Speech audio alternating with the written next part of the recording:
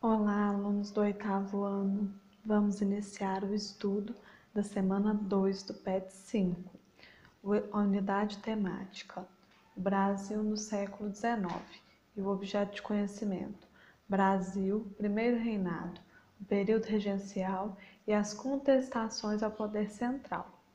Na semana passada, nós vimos um pouco das revoltas e da resistência brasileira para continuar com a sua independência. Hoje nós vamos ver a questão da Constituição organizada pelo governo de Dom Pedro I. Então, Dom Pedro I, logo após a proclamação da independência, organizou uma Assembleia Constituinte. Porém, dentro dessa Assembleia Constituinte, haviam dois grupos distintos. Aqueles que eram liberais e queriam ter maior participação política, maior expoência dentro do governo, e aqueles que eram conservadores e apoiavam todos os tipos de definições do governo de Dom Pedro I e, além disso, apoiavam os grandes poderes que ele gostaria de ter. Então, a primeira Constituição organizada foi chamada de Constituição da Mandioca. E por que esse nome? Porque, organizada pelo Antônio Carlos de Andrade e Silva, ela organizaria uma eleição e aqueles que seriam votantes, a pessoa tinha que ter uma quantia econômica equivalente a 150 alqueires de farinha de mandioca.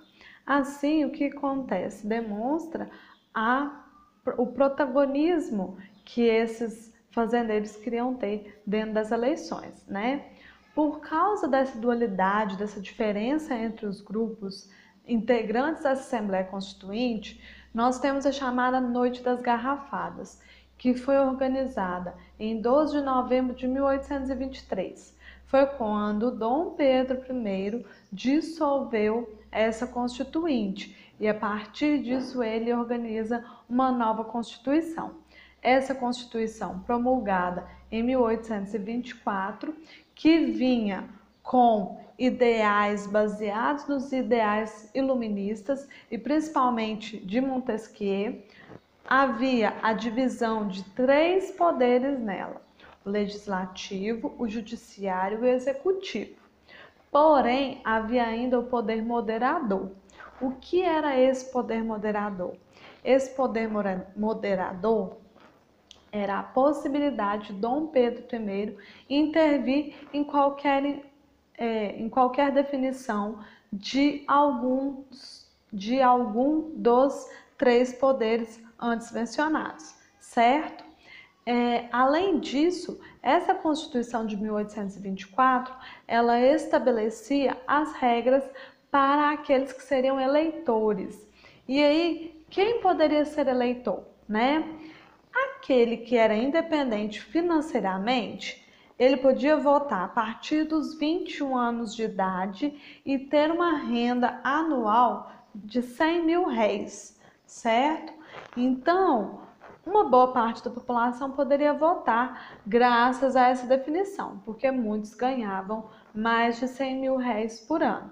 Porém, mulheres, escravos e libertos estavam excluídos da possibilidade de voto nessa Constituição, certo? Pessoal, vou ficar por aqui, então façam as suas atividades, mandem por e-mail e até a próxima.